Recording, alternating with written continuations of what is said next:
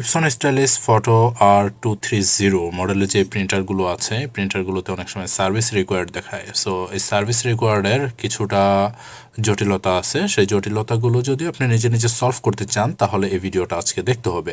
So সর্বপ্রথমে আমরা যে অ্যারোটা দেখতে পাচ্ছি এখানে, এটা হচ্ছে পার্টস ইনসাইড ইউর প্রিন্টার আর at the end of their service life see your printer documentation. So এটা করার জন্য হচ্ছে আমরা প্রিন্টারটাকে রিসেট করব।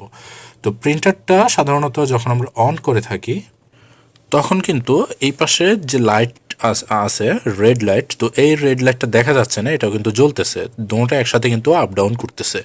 সো এই রেড লাইটটা হচ্ছে আপনার আপ ডাউন করে, তার মানে হচ্ছে এটা সার্ভিস লাইফ শেষ হয়ে গেছে, এখন এটার সার্ভিস করতে হবে। এটা সার্ভিস করার জন্য সর্বপ্রথমে আমরা ইনস্টল করে নিয়েছি যে এসএসসি সার্ভার ইউটিলিটি, যেটা আমরা ডিসক্রিপশন বক্সে লিঙ্ক দিয়ে দেবো, সেখান থেকে হচ্ছে আপনি ডাউনলোড করে নেবেন। এটা ইনস্টল করার পরে হচ্ছে এরকম টুলসটা আপনি এখানে পেয়ে যাবেন। জাস্ট এটাকে অন করবেন, অন করার পরে হচ্ছে এরকম ইন্টারফেস এখানে পাবেন। এখান থেকে কনফিগারেশন এই অপশনটিতে ঢুকে যাবেন। এখানে আপনার ইনস্টলেশন প্রিন্টারটা সর্বপ্রথমে সিলেক্ট করবেন। সিলেক্ট করার পরে হচ্ছে এখানে প্রিন্টার যে মডেলটা আছে এই মডেলটা আপনাকে সিলেক্ট করতে হবে।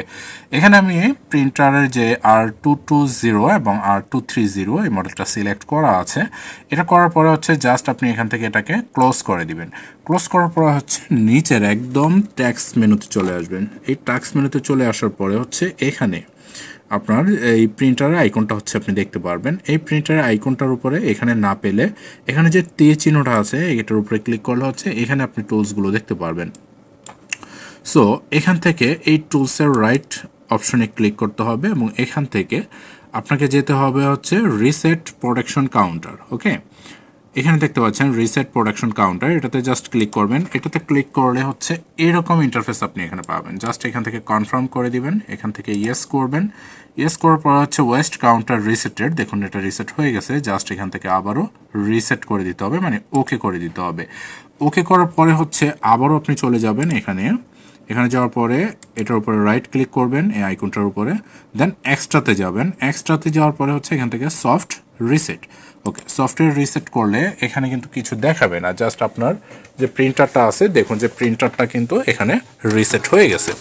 এখন প্রিন্টারের ভিতরে যে হেড আছে এটা কিন্তু মুভ করতেছে।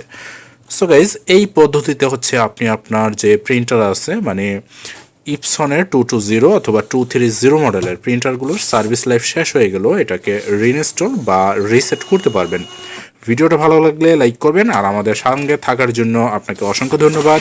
যাওয়ার আগে রিকোয়েস্ট থাকবে, আপনি যদি আমাদের চ্যানেলটিতে এখনও নতুন দর্শক হয়ে থাকেন সাবস্ক্রাইব বাটনে প্রেস করে বেল আইকনটি বাজিয়ে দিবেন। দেখা হচ্ছে পরবর্তী কোনো ইম্পর্টেন্ট ভিডিওতে, ততক্ষণ পর্যন্ত ভালো থাকবেন। আসসালামু আলাইকুম।